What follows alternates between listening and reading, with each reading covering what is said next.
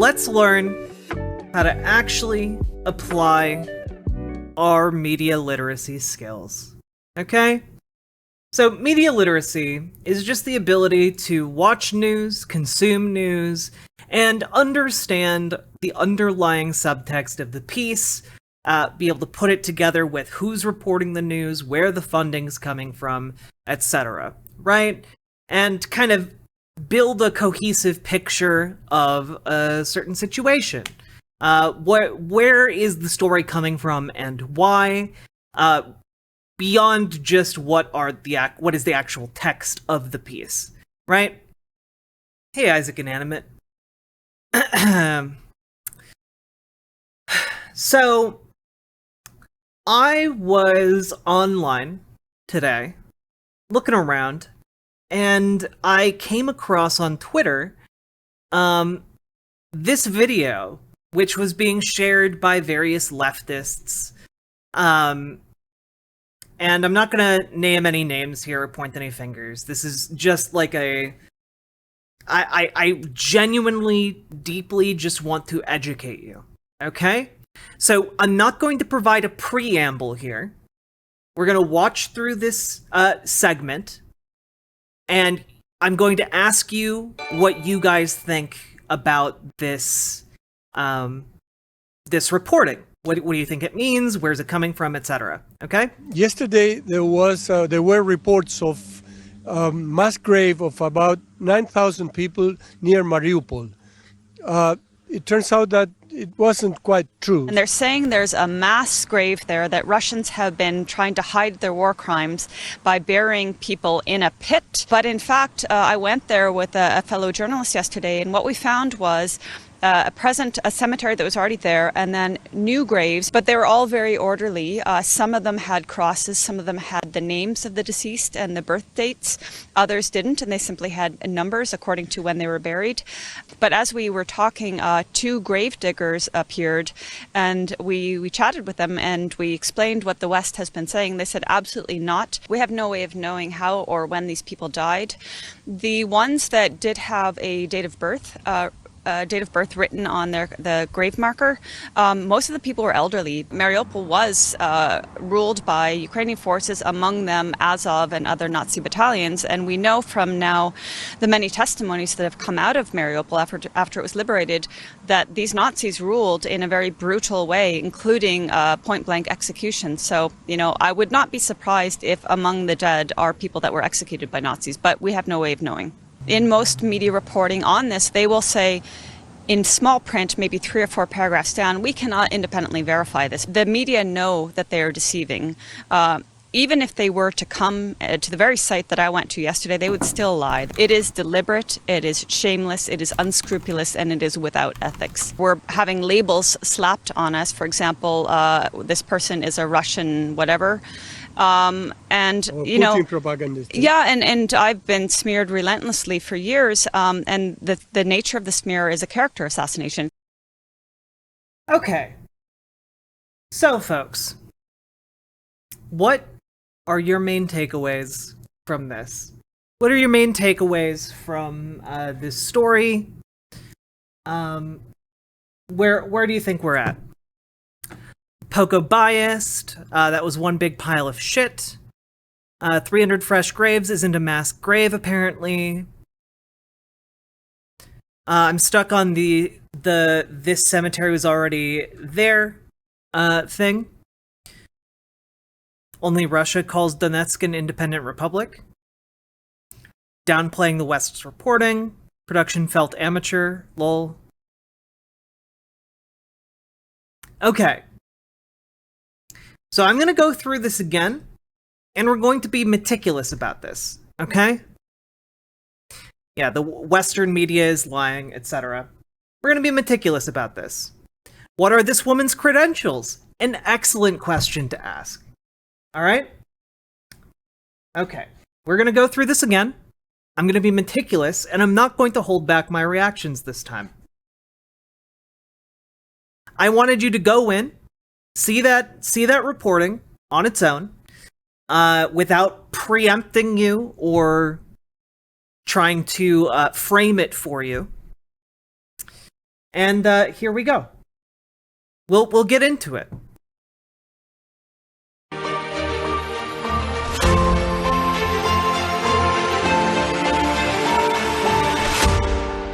Okay. So, interesting right off the bat. It's not called the Ukrainian war or war in Ukraine. It's called the Ukraine crisis. It's not a invasion perpetrated by Russia. It is a crisis. Just a thing that happened somehow. Additionally, as many of you noted, this is a production put on by Telesur, which is a Venezuelan outlet. Now, there's nothing inherently wrong about a Venezuelan outlet. However, it's good to keep in mind who is producing this content and where and how that might be skewing some of their findings, right? But let's keep going. From Ukraine, there are reports of mass graves found near the city of Mariupol. Our correspondent Alejandro Kirk interviews Eva Bartlett, analyst based in Moscow, a witness to the events that actually took place there. Okay, so immediately we have their reporter. Let's back this up a little bit for some additional context here. From Ukraine, there are reports of mass graves found near the city of Mariupol. Our correspondent Alejandro Kirk interviews Eva Bartlett, analyst based in Moscow, a witness to the events that actually took place there. Okay, so a couple of things, right? We have their reporter talking with Eva Bartlett, who is a Moscow-based media analyst, which, obviously Russia's the one doing the invasion. Someone based in Moscow might be reasonably thought to have some kind of perspective on this that might be a little biased, right? But we'll keep going. We'll keep going. Yes, greetings from Donetsk in the People's Republic of Donetsk. Okay. Then we have this, reporting from the People's Republic of Donetsk, which isn't a country recognized by any other nation other than Russia. So this right off the bat is going to color how you perceive a lot of the reporting after this, right? If you agree that it is an independent country, if you agree with the Russian narrative, you're just going to nod along. You're going to and kind of just go along with this story. Okay? If you disagree, well, it's probably going to put you off, raise an alarm bell, as it should. Yesterday, there were reports of mass grave of about 9,000 people near Mariupol. It turns out that it wasn't quite true. So we are going to speak now with Eva Bartlett, an analyst based in Moscow who was there yesterday to tell us what really happened at that supposedly mass grave that was discovered in the region. Now, Eva Bartlett has now been referred to as like a witness of these events, which seems to imply that she saw people being buried, or that she saw a massacre of some kind, or was in a position to completely say that nothing happened. Eva, thanks for being with us. What happened? You were at the cemetery. Yeah, it's my pleasure.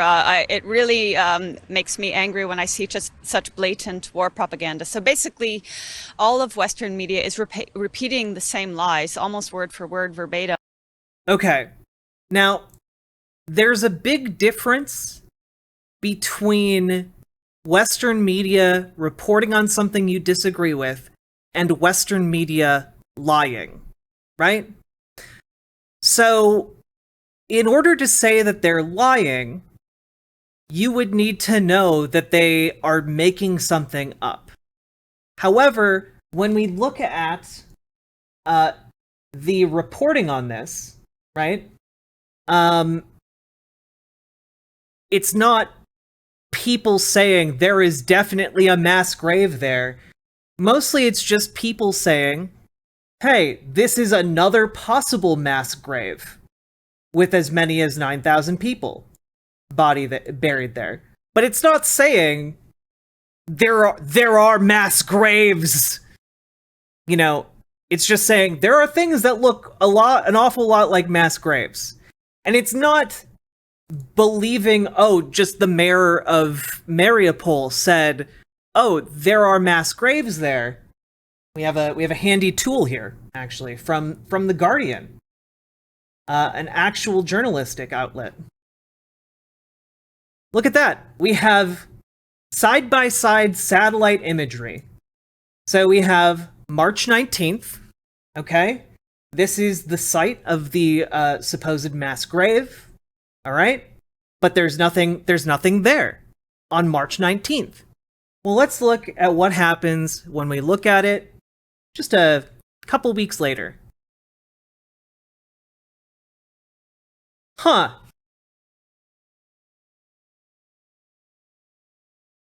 That's an awful lot of holes being dug in the ground all of a sudden.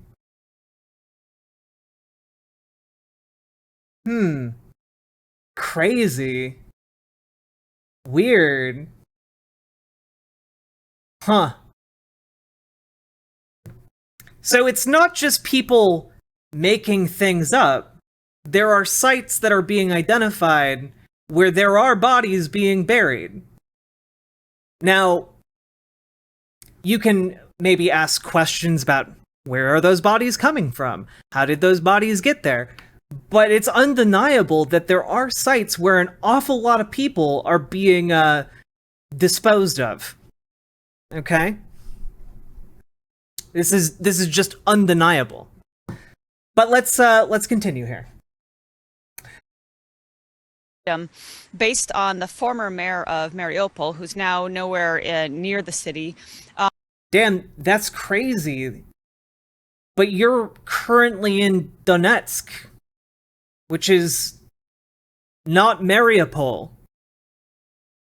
So you're also nowhere near the city.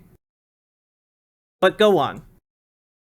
Saying that there's a town to the west of Mariupol, about 12 miles to the west, and they're saying there's a mass grave there that Russians have been trying to hide their war crimes by burying people in a pit, and they described it as a pit with like a 30-meter wide trenches, and they're saying, the mayor is saying that Russia's trying to hide its barbaric crimes, this is a quote from him, by throwing bodies in the pit. And so, you know, this evokes all sorts of emotion amongst, you know, viewers and readers. But in fact, I went there with a fellow journalist yesterday, and what we found was a cemetery that was already there, and then new graves, and we tallied them up, and they were somewhere between 200 and 300 if you want to be generous, some of which, by the way, were empty. They were graves awaiting newly deceased. So, real quick, I'll turn off the subtitles here so we can look at the Chiron. A cemetery that was already there. Again, if we just look at the satellite telemetry, we know that this cemetery wasn't already there. Now, we do know that there is a cemetery nearby, but these fresh graves that are being shown in this video are not in the cemetery. This isn't part of the cemetery, and we know that because we've seen the satellite imagery where they just extend off into a field.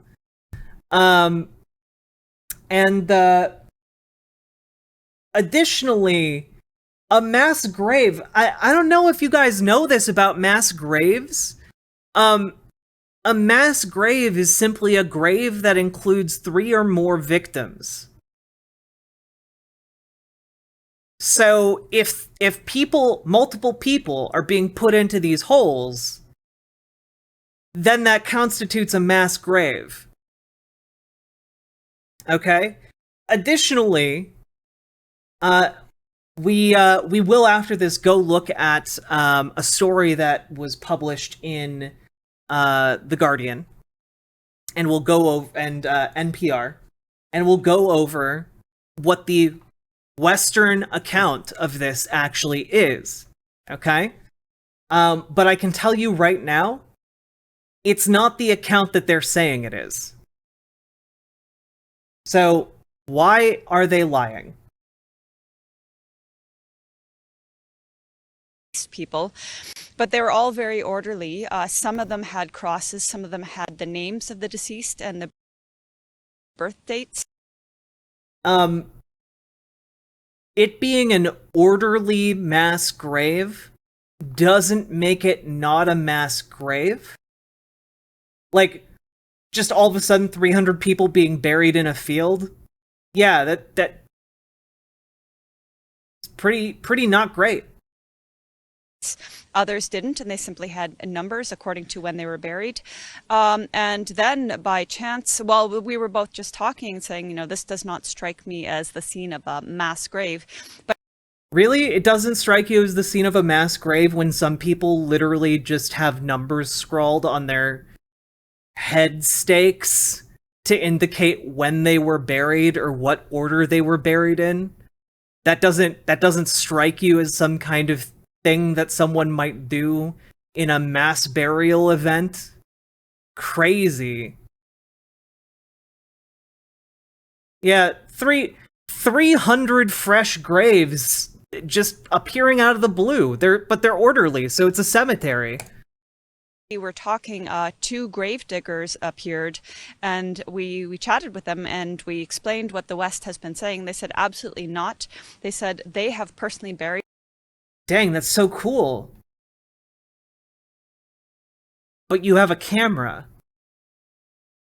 Why didn't you record your conversation with the two gravediggers? Why aren't you recording that and putting it into the piece? Everyone in the graveyard. Every person has their own single grave and are buried in a coffin. And they both emphasized that they try to treat the bodies with dignity and bury them as humanely as possible. And interestingly enough, there's even a spot in this region for Ukrainian soldiers. So they made the point that, even though these are Ukrainian soldiers that were fighting against us, they deserve to be buried. And so, using our skills of deduction here, when the two gravediggers walk up... Actually, you know what? Let's take a look. Let's take a look at a map. Where is Volnovaka? Doodleburb, thank you for the 5 gifted subs. I appreciate that. Let's see. Where is Volnovaka? Yeah. Let's just take a look at this real quick on screen. So, this is Mariupol, right? Okay. We're zooming in here. There we go. This is Mariupol down here. Volnovaka, where this mass grave is supposedly, is up here. Okay? It's in this region. You'll notice, though, that it's not in the area of the Donetsk region that was formerly controlled by the Republic of Donetsk. Okay? The people living in Volnovaka, rather, were Ukrainian until, like, a couple of weeks ago. So, in this journalist's story where she walks up to this mass grave, 2 gravediggers come out of nowhere and tell her, we even have a place for the Ukrainian soldiers who fought against us. Are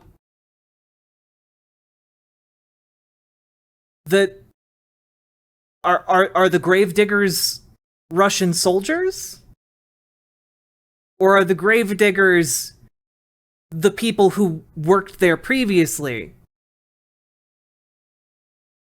Because if they were the people who worked there previously, they wouldn't be saying, and we are even treating Ukrainian soldiers well. That's not something that they would say.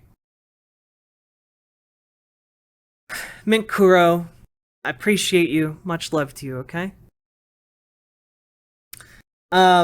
So when we're talking about this, keep in mind that there are a lot of aspects of this story that just aren't adding up. Okay? And we'll keep on going. There was many. We saw, you and I have been together to Mariupol like a month ago, and in our the trips that we did after that, we found that there were many bodies that were buried by the families elsewhere. So maybe it's those bodies that they're finding, what they are bringing to the cemetery, and trying to identify them and organize this mess that was created after the combats. I'm not entirely sure what this question means. So let's try and break it down. Is he implying that after the combat, people buried their loved ones and those bodies are now being discovered and moved to these mass grave sites? I feel like that's what he's implying. Did anyone catch that more clearly? We'll listen to it again here. We found that there was, like a month ago, and in our the trips that we did after that, we found that there were many bodies that were buried by the families elsewhere. So maybe there were many bodies that were buried by the families elsewhere. So maybe, okay. It's just those bodies that they're finding, what they are bringing to the cemetery, and trying to identify them and organize this mess that was created after the combats. You know, I actually was wondering that myself. I was... Okay, so, yeah, they're like, we're rediscovering all these bodies, and we're bringing them... The Russian soldiers are helpfully bringing them to this mass grave to try and identify them.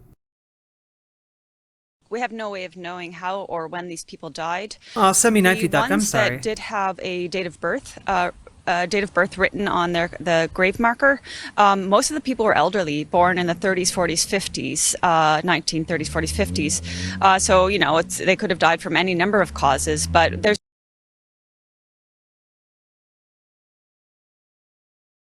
Yeah, all of these people in this freshly dug field of graves could have died from any number of causes. I'm sure it's just a large dysentery outbreak. Just all at once. There's no indication of what they died of or when or by whom. But I also made the point, you know, Mariupol... Interesting, because that kind of contradicts your previous statement that there are buried Ukrainian soldiers there. So, clearly, I don't know, maybe all of the Ukrainian soldiers that are being killed by the Russian invasion are actually just dying from old age. You know, maybe they're just, they trip over themselves and fall on their knives or something. Yeah, this all makes sense. Continue. Ruled by Ukrainian forces, among them Azov and other Nazi battalions. And we know from now the many testimonies that have come out of Mariupol after it was liberated that these Nazis ruled in a very brutal way, including point-blank execution. So, you know, I would not be surprised if among the dead are people that were executed by Nazis, but we have no way of... Damn, that's crazy. Guys, did you know that there are more Nazis in Russia than there are in Ukraine? Fun fact for you. Who's this lady being interviewed? Good question, Opossum Shaman. Who is Ava Bartlett? A media analyst based in Moscow. Who is Ava Bartlett, guys? You know, let's take a look. Oh, look at that. I found her Wikipedia page. Almost like I prepared this. Eva Bartlett is a Canadian activist, commentator, and blogger who has propagated conspiracy theories in connection to the Syrian civil war, most notably the disproven allegation that the White Helmets stage rescues and recycle children in its videos. Now you might be like, wow, that's really fucking weird. You know what? Let's take a look at the Google here. The Google, okay, we can see that she is known for her coverage in RT, which is the Russian state media apparatus. You can see that she's also known for her work for Mint Press News, which is a news organization that no one can ascertain the funding source for, but seems to be extremely pro-Russia. Weird. And we'll just go down here a little bit more. Go to the second page. Let's see. Do we have any insights here? Oh, here we go. We have a fact check from Channel 4 in Australia. Crazy. Eva Bartlett's claims about the Syrian children. Let's see if she has a history of telling the truth, chat. Here is a quote from Eva Bartlett. Their video footage actually contains children that have been recycled in different reports. So you can find a girl named Aya who turns up in a report in, say, August, and then she turns up in the next month in 2 different locations. What the fuck is Channel 4? I believe that they're an Australian news organization. Or a UK? Yeah, they're a UK news organization. My bad. I just know we've covered them before. Channel 4 is British. My bad. So here's what we got. Here, right? We've got Eva Bartlett accusing a rescue organization that pulls people out of rubble and destroyed buildings. She's accusing them of hiring crisis actor children to pose as victims of war. That is what we have going on here with Eva Bartlett. Let's continue going on. Let's see. She writes a blog for the state-funded Russian media outlet Russia Today and is candid about her support for the regime of Bashar al-Assad, who is fighting Syrian rebels with Russian and Iranian help. So, again, we're going to stop here. She's claiming that the dictator Bashar al-Assad is actually good. She supports him and claims that people who are rescuing children and elderly folks from the rubble of buildings that Bashar al-Assad's forces have destroyed are faking it because some elements of their organization receive money from Western sources. But let's keep going.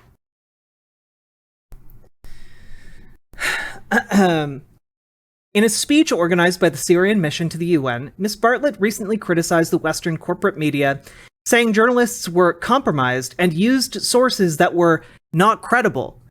She went on to attack the White Helmets, a volunteer rescue group funded by a number of Western governments, including Britain. Western media outlets, including Channel 4 News, frequently broadcast footage supplied by the White Helmets, which purports to show the aftermath of regime attacks on various rebel-held areas in Syria.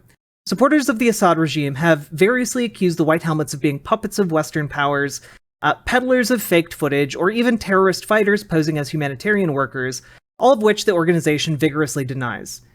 Ms. Bartlett said, their video footage, I already quoted that. A clip from the press conference has been viewed more than 3 million times on the Now, a Facebook page run by Russia Today, but not branded as such. We've tried to contact Ms. Bartlett without success, so it's not 100% clear what she means by this, but our best guess is that she is referring to a claim involving a girl called Aya that has been circulated widely on the internet. Here it is. Claiming that this girl, and this girl are all the same. Hey, Smite Knight, thank you very much for subscribing. I appreciate you, friendo. So, we have multiple claims essentially that this child who's bleeding from the head after the building she lived in was bombed is actually just an actress. I wonder what her evidence is. Let's see.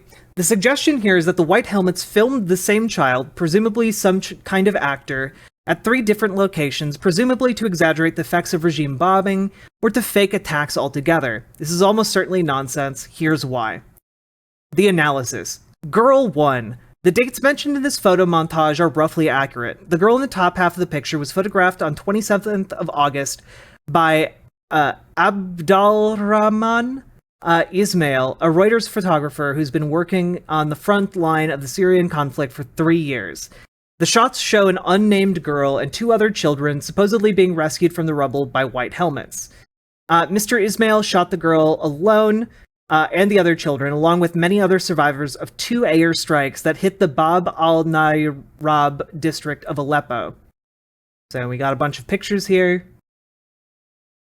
2 barrel bomb strikes on that neighborhood on that day were very widely reported. The attack that day was notable because it hit a funeral where civilians were mourning deaths from an earlier attack.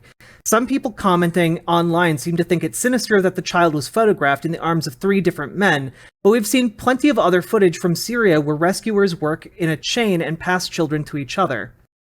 Now, girl 2. The girl in the bottom left photo is hard to see from the still used in the Al-Qaeda/White Helmets montage.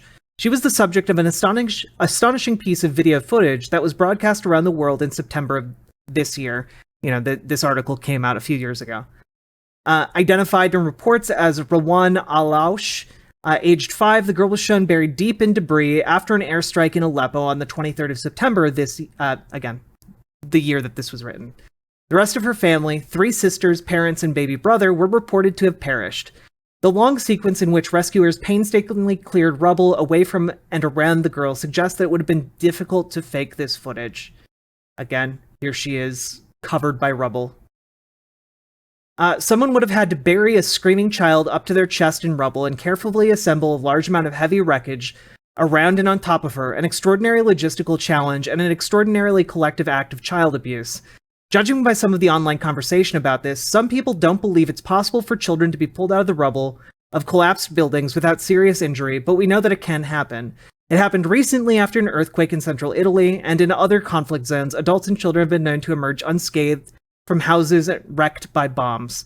Indeed, Ava Bartlett herself reported on such a case in Gaza in 2009, telling the story of a Palestinian man named Abu Qusay, who had been buried alive by an Israeli bomb but emerged with only a mere scar at his left eyebrow. The footage was not released to the world media by White Helmets through their usual online channels. Rawan was later filmed lying on a hospital bed soon afterwards, apparently asleep or unconscious. Her jumper had been removed and her face was more clearly visible. There we got a picture. Hope she's doing okay. Some online comments have suggested, without any evidence, that this is not the same girl we see being rescued and carried away. But some of the details of the outfit match, like the 2 gold bangles the girl is wearing on her left wrist, which is visible in early footage too. A report from the Australian newspaper from a few days later, heavily based on conversations with doctors in rebel-held Aleppo, said of Rawan, she's being cared for by her grandparents but remains in deep shock, barely able to speak, and apparently unable to understand that her parents and siblings are dead. Girl number 3. This video footage, which is no longer available, or is available but only on YouTube, and I'm not going to show it on Twitch. First uploaded to YouTube by anti-Assad activists in Talbise, a large rebel-held town just north of Homs and about 100 miles away from Aleppo. Again, it was not released by the White Helmets. We see a girl with blood apparently pouring from the wound on the bridge of her nose in some distress after an airstrike on the 10th of October. She was calling for her father in Arabic.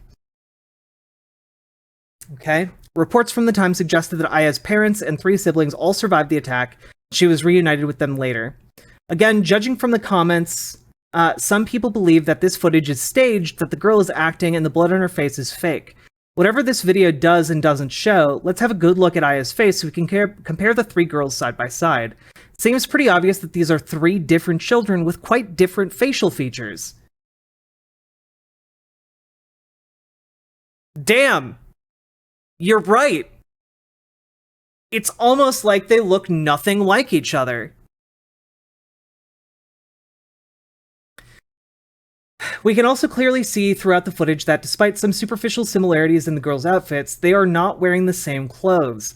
Aya is wearing a sleeveless turquoise top, while Rawan is wearing a jumper in a similar color, and the unnamed girl photographed by Abdul Rahman Ismail is wearing a turquoise top with a distinctly different design. Like Rawan, the girl has gold bracelets, but they are on her right wrist. And unlike Rawan, her jeans are studded with sequins. It points out the timing of the attacks.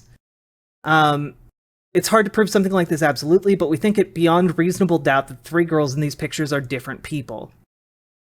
Yeah. So, again, Ava Bartlett's most famous piece of reporting is claiming that, again,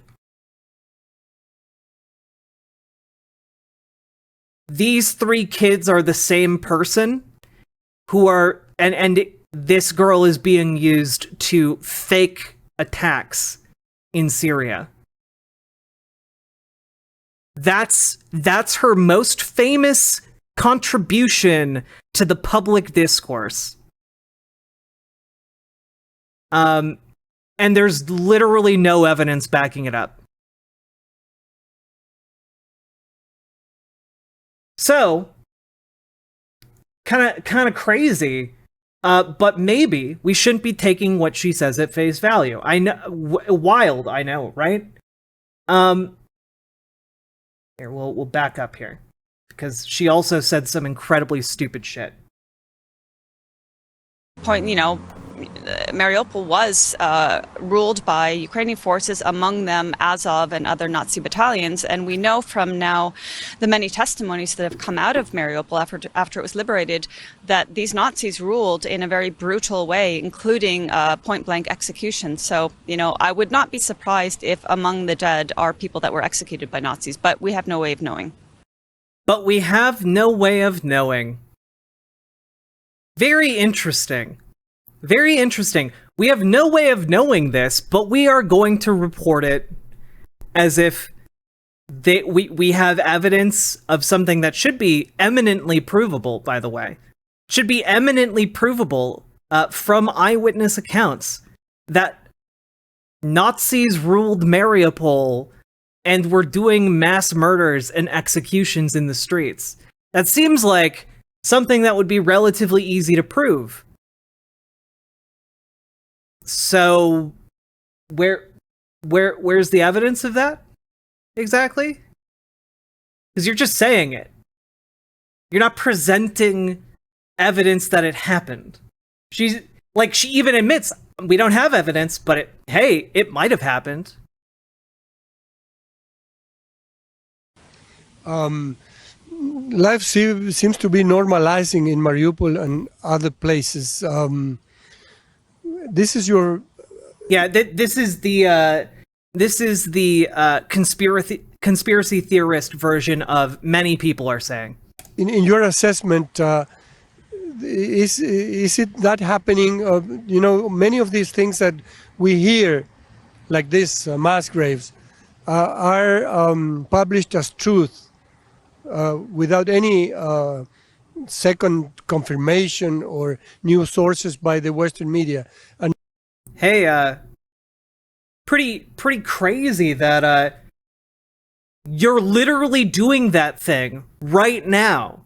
You're literally talking about this without evidence of different things, without presenting like an interview with the graveyard diggers. You aren't presenting anything that backs up your own narrative here.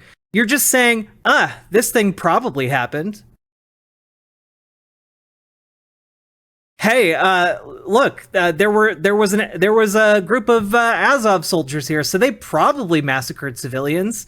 But we don't know, but they probably did. Like,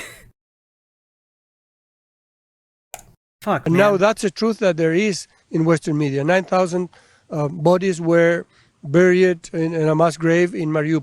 Yeah, that's the truth out there right now. That's why all of these news articles are saying there's definitely 9,000 people in a mass grave near Mariupol, except that's not what the articles are saying. That's not what these headlines are saying. They're saying possible mass graves. Based off, not off of the testimony of a mayor, but based off satellite images.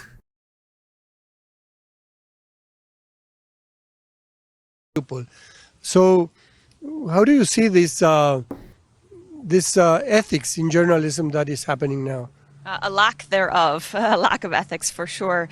Well, you made a good point. In most media reporting on this, they will say, in small print, maybe 3 or 4 paragraphs down, we cannot independently verify this. But it's by then it's too late, because the headlines are screaming about mass graves and Russian war crimes, right? Then the average reader maybe doesn't even make it to the 4th paragraph. They do, it's going to be lost on them. So the whole point is that the media know that they are deceiving. Even if, says woman famous for lying about child crisis actors in Syria. if they were to come to the very site that I went to yesterday, they would still lie. They would still deceive. We saw this in Volnovakha. There were French media that went there, and they did not tell the true story about why a hospital was damaged there. They actually admitted the story, even though we all heard the same thing. So in my opinion, based on years of dealing with this Western media war propaganda over Syria, Good night, Bark Eater. It Hope you is come back shameless, sometime. it is unscrupulous, and it is without ethics. And to Yes, there are people in leftist spaces who watch and share clips like this and buy it hook, line, and sinker.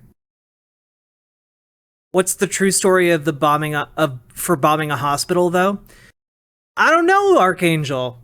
I haven't looked into that one, but obviously, if you're buying this hook, line, and sinker, Russia had very good reasons for bombing a hospital. Probably.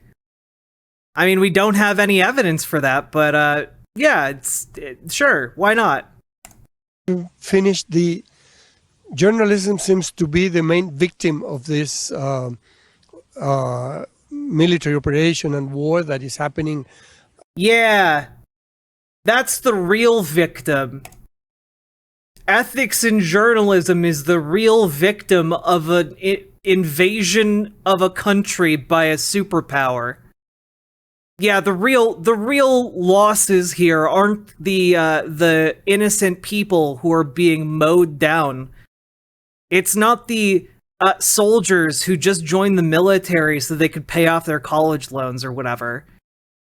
It's definitely the concept of fucking journalism that's the main victim of war.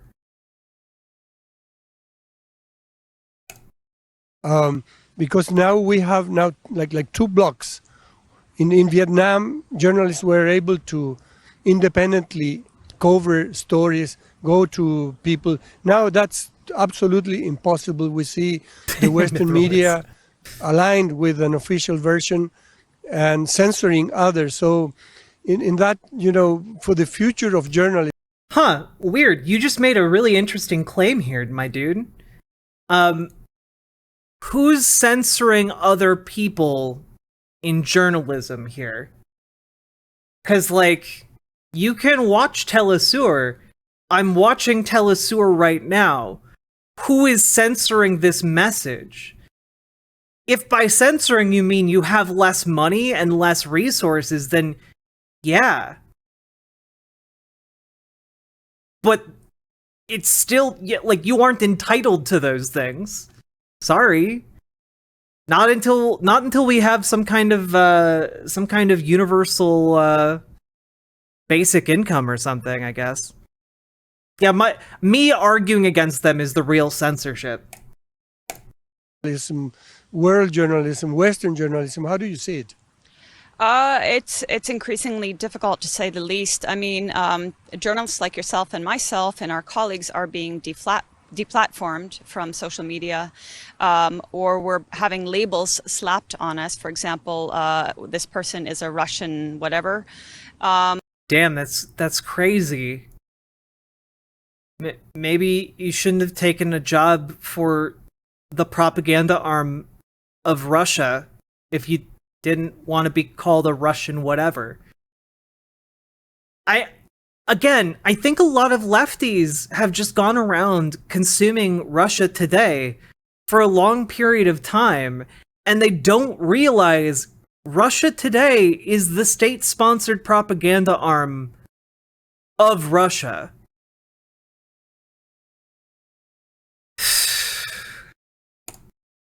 And you Putin know, propagandist. yeah, and I've been smeared relentlessly for years. And the nature of the smear is a character assassination. It's never the What content of what I'm writing or saying. It's purely character assassination. Huh. Purely character assassination, huh? Definitely has nothing to do with how you lied about child actors in Syria. Definitely doesn't have anything to do with the fact that you were like, yeah, these three children who lost their fucking families in the bombing of Syria. You claimed that they were the same fucking person. You claimed that these were the same person without any evidence, and you did it because it fit along with a meme that was popular on the internet so that you could get your fucking name out there. So yeah, people are gonna call you, Eva Bartlett, a hack fraud. Because you lied. You lied. And not only did you lied specifically to try and help prop up a dictator, Bashar al-Assad.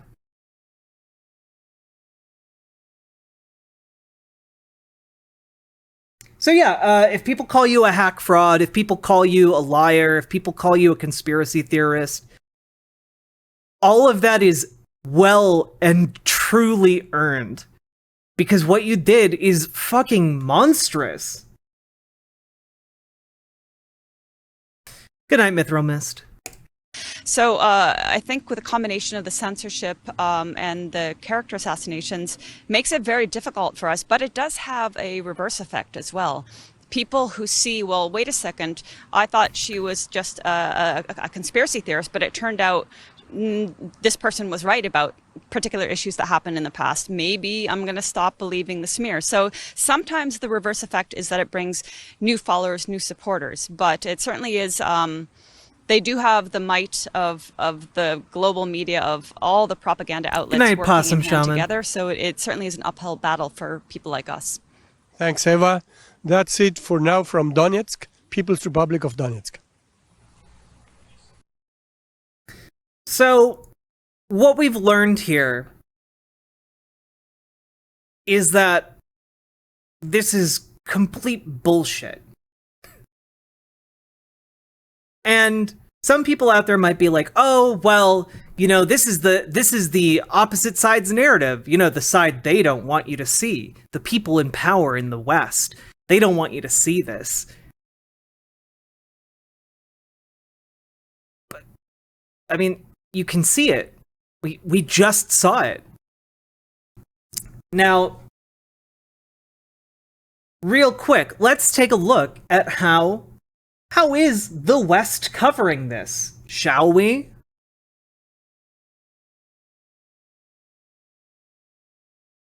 Vladimir Putin's claim to victory over Mariupol has been rejected by US President Joe Biden. He says there is no evidence that the Ukrainian port city has completely fallen. New satellite images appear to show mass graves near Mariupol. Damn, that's crazy. You mean it wasn't just the word of one mayor? You mean it was backed up by satellite telemetry and we have literal pictures? And again, just a reminder, in this news segment, they show these same mass graves that you can see on the satellite telemetry.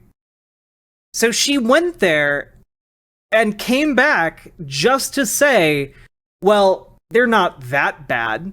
There aren't 9,000 mass graves there. There are 300 mass graves. Like, what the fuck are you talking about? 300 is still a lot of fucking people. Ukrainian officials have accused Russia of burying up to 9,000 dead civilians. Also, just real quick while we look at these pictures, these haunting pictures, if those two gravediggers were Russian soldiers, might it not be possible that they lied about how many people they put into those holes? Crazy. Crazy. You mean a country would just do that? Cover up their own war crimes? Ukrainian officials have accused Russia of burying up to 9,000 dead civilians there in an effort to conceal the slaughter taking place in the city. Mariupol's last remaining holdout is the Azovstal steel plant, where some 2,000 Ukrainian soldiers and 1,000 civilians are believed to be holed up. Here's a closer look at that vast industrial complex that has become a symbol of Ukrainian resistance. The huge Azovstal steel plant seen here in footage from Russian state television. Ukrainian forces are holding out inside. Mariupol has witnessed nearly 2 months of heavy fighting. With much of the strategic port in ruins, President Putin has claimed a victory in the city and told his defense minister to seal off this last stronghold. I consider the proposed storming of the industrial area pointless. I order to abort it. There is no need to climb into these catacombs and crawl underground through these industrial facilities. Block off this industrial area so that not even a fly can get through. But in Washington, US President Joe Biden dismissed Putin's claims. That will not happen. It's questionable whether he does control Mariupol. One thing for sure we know about Mariupol, he should allow humanitarian corridors to let people on that steel mill and other places are buried under rubble to get out. Ukrainian authorities have also urged Moscow to open humanitarian corridors to allow those sheltering in the heavily bombarded Azovstal plant to flee. These pictures were filmed by the far-right nationalist Ukrainian group Azov Battalion defending the plant. The footage shows some of the hundreds of civilians said to be sheltering in the bunkers below the steelworks. Not gonna lie, I care about the civilians who are stuck in there. But as far as Russian forces versus Azov Battalion goes, I'm very much in favor of let them fight. You know, I have no sympathy for fucking neo-Nazis, my dudes. But previous efforts to organise evacuations from Mariupol have had little success. Some 100,000 residents are thought to be still living among the ruins.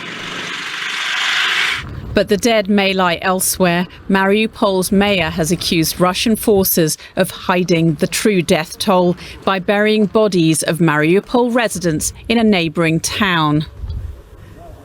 US satellite company Maxar released photos which it says show new mass graves in Manhush, west of Mariupol. Attempts to broker a ceasefire ahead of the Orthodox Easter festival this weekend failed. Unfortunately, Russia rejected a proposal to establish an Easter ceasefire. This demonstrates very well how the leaders of that state actually feel about the faith, about one of the most joyful and important religious holidays. You know, bread and toast. To reiterate, I'm fine. I'm pro-Ukrainian soldier. But when you're a member of the explicitly neo-Nazi battalion, as far as I'm concerned, I'm fine with you being cannon fodder.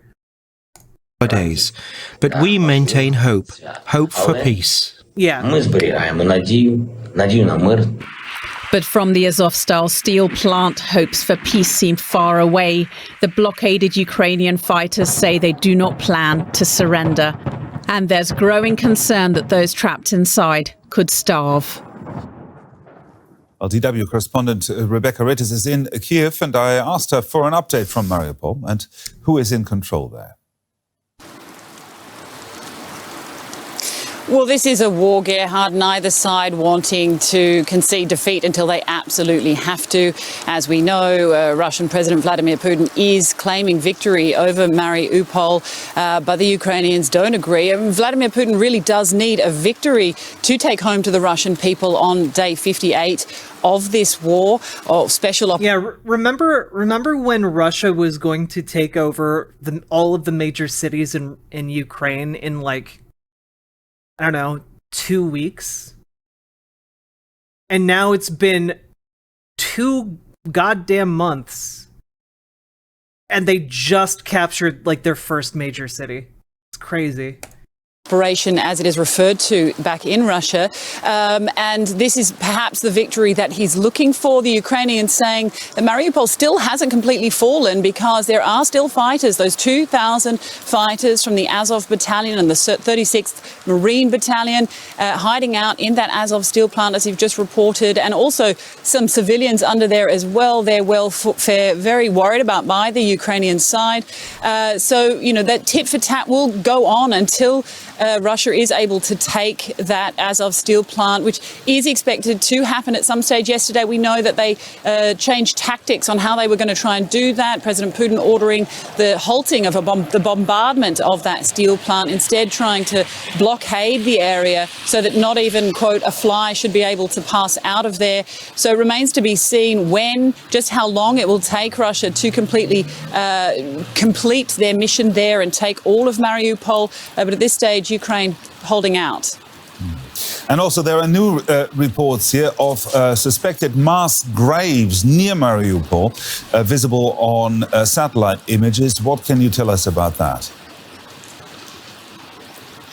Yeah, shocking reports in Mariupol of some 20,000 people potentially killed. Of course, that number could be a lot higher. The mayor has said, given that figure of 20,000, he's also said that Russians are going around trying to hide the evidence, collecting bodies and taking them to a nearby cemetery and dumping them in mass graves. We're also hearing reports of mobile crematoriums, so literally burning the evidence. They're very hard to verify that information, obviously, as access into Mariupol is almost, well, completely impossible, in fact. But we have seen those Maxar satellite images, as you just heard in that report, that do appear to show those mass graves out in that area near the cemetery. Given what we've seen on the outskirts here of Kiev as the Russian soldiers retreated, other mass graves, other hiding of dead bodies, it is definitely plausible and likely. DW correspondent. Damn, crazy. Kind of crazy how that news report included, like, you know, evidence and like video reporting, etc. Weird, right? Weird how they were like, well, look, we have this satellite telemetry. We have reports of the mobile crematoriums. I believe there have been some images of those going around on social media. They aren't doing wild speculation here about, like, the Nazis actually were doing executions. It was like a little Third Reich up in Mariupol, yo. You know, they are just like weirdly speculating without evidence. Rebecca Ritters there.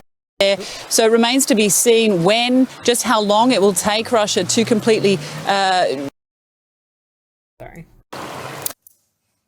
DW correspondent Rebecca Rittes there speaking to us earlier. And now we can go straight to Konstantin Eggert. He's our Russian expert and joins us from the Lithuanian capital, Vilnius. Konstantin, Putin has claimed victory in Mariupol.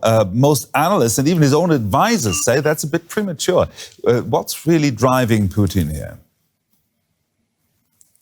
Well, Putin, after nearly 2 months of this campaign, which was supposed to last just a few days, Putin still has to present some kind of decisive victory that could be explainable to the Russian people, especially on the eve of V-Day, 9th of May, which is made into the main sort of state holiday in Russia by Putin. And I think that claiming Mariupol, even if he doesn't control it completely, is important. You can then say that Russia now has a more or less secure land corridor between the occupied Crimean Peninsula and the internationally recognized territory of the Russian Federation. I think this is what drives Putin to announce it.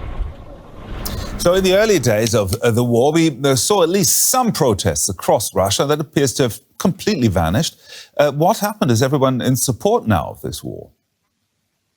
Well, Gerhard, let's say that they were not mass. They were frequent and had a very wide geography, which is important. But by now, there are still protests. Every day you get dozens of reports of people putting out leaflets against the war or standing in pickets in front of administrative buildings. But one has to understand, since this war, the second... Hikigo Korgi, that's an excellent question. And my answer is that you should be skeptical of all media that you consume. Regardless of who is reporting it, what you need to have, and what I've been trying to emphasize, is that you need to have media literacy. You need to have the ability to evaluate the quality of the news that you're consuming. And you need to be able to distill that into useful information for yourself. And so when we're talking about private media versus private media versus state-sponsored media, I think let me put it this way: private media often has extremely clear motives, right? Those motives are to make money or to serve the private interests of the people who own them, right? So, for example, the Washington Post doesn't make money. It's a giant money sink financially on its own. But Jeff Bezos owns the Washington Post and exerts some influence through the Washington Post specifically to serve some of his own interests. Those can be very diverse, those can be very varied, but it's worth keeping in mind that when the Washington Post reports something, that is something in the background coloring either its standards or its hiring practices, or its tone or reporting, you know? And on the flip side, it's important to understand the geopolitical circumstances of the state that is sponsoring the media. So, for example, what would be a good example here? Al Jazeera. Al Jazeera is, I believe, state-sponsored media. I need to refresh myself just real quick.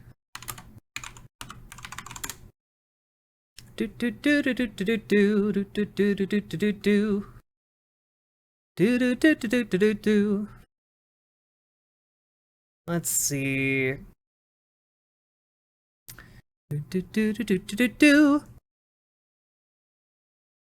Yeah, it's owned by Qatar. And Qatar has very, or Qatar? I don't know how to pronounce it, I'm sorry. Has its own international interests, right? It is it's essentially trying to push its own like geopolitical interests. Qatar isn't very large, but it does have some decent resources to use. And it is pushing for its own international resources and goals. You know, a lot of its how do I put this? I don't know a ton about domestic Qatari politics, so I'm struggling a bit here. That being said, like, Al Jazeera can be a really good source when reporting on foreign countries like the United States, right? But it becomes a lot more partial when talking about issues in the Middle East. You know?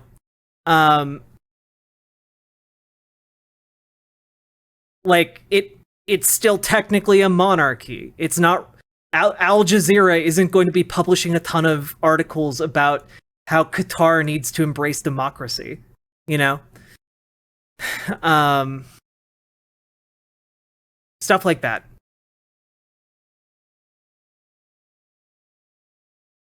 True. Thank you. Sorry. I I was blanking a lot. At one point I did a research stream on Al Jazeera just to kind of like figure out the quality of that.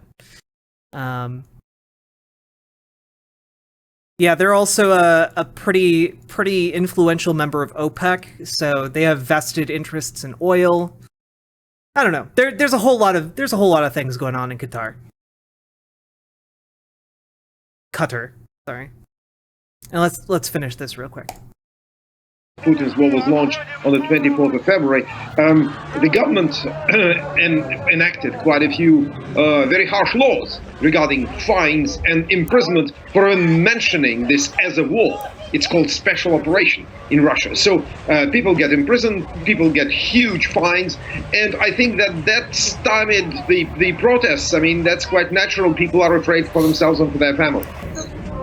Now, Vladimir Putin is considered a master of stagecraft. And when you look at Putin's recent meeting with his defense minister, Shoigu, discussing Mariupol, what do you see? What can we read into that? Well, two things. First of all, Shoigu showed up not in a military uniform, but in a suit. Maybe to fit Putin, maybe just to indicate that, yes, happy holidays, the war is very soon over. And secondly, that is what is being massively discussed now on Russian Twitter sphere, which I follow. It's Putin's state of health, because everyone... Yeah, this strange... He's very strangely slumped in this. I wonder if... He seems almost like he's propped up. This is interesting. I noticed it prior. Everyone saw that Putin is clutching at the table. His right arm is constantly clinging at the table edge. Some people say that could be an attempt to control hand tremors, which may indicate Parkinson's disease. But of course, Gerhard, we're not doctors, and speculations about Putin's health have been going on for quite some time now. He's still commanding the operation. He's still tormenting Ukraine. DW correspondent Konstantin Egger there. Thank you, Konstantin. Thank you. So, again, DW News, I believe, is a state-sponsored arm of German media. But let's take a look. DW News. Do do do do do do do do do do do do do do do do do. Funding. Yep, it's funded from the state. So it is also a state media apparatus.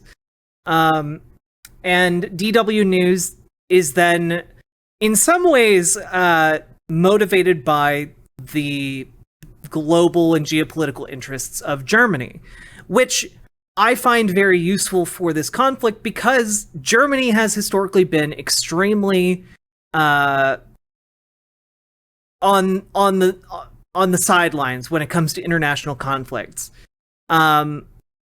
This is the departure from that has really been in response to Russia's invasion, and I think that this is a much more honest position to be reporting from than from the side that is just denying wholesale that war crimes took place, especially in the aftermath of the butchering of Bucha. And they're progressive but neutral, and there's a big caveat to that.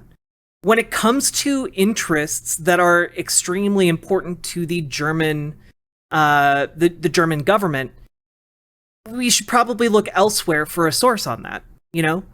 Again, don't consume just one outlet's information whole cloth. Gotta get cloth from everywhere, baby. Do we have questions on media literacy, folks? Do we have questions, answers, comments, hopes, fears, aspirations? And chat, we've been going for about 2 hours now. If you've enjoyed this stream, throw some subs, bits, or exclamation point tips. If you see people who aren't subbed, they're cold. They're being exposed to the harsh realities of ads. Is One American News the best news since it's independent of governments? Yes. How many people in the world do you think have any sense of media literacy at all? Stoudman, that's a really good question. I was lucky enough in middle school to have one class on media literacy, and it stands out to me in in my mind because it was very singular. There wasn't really anything else like that going on, and I don't think it was a very common thing to have done, or to have taught. And I think it's one of the most useful classes I've ever had.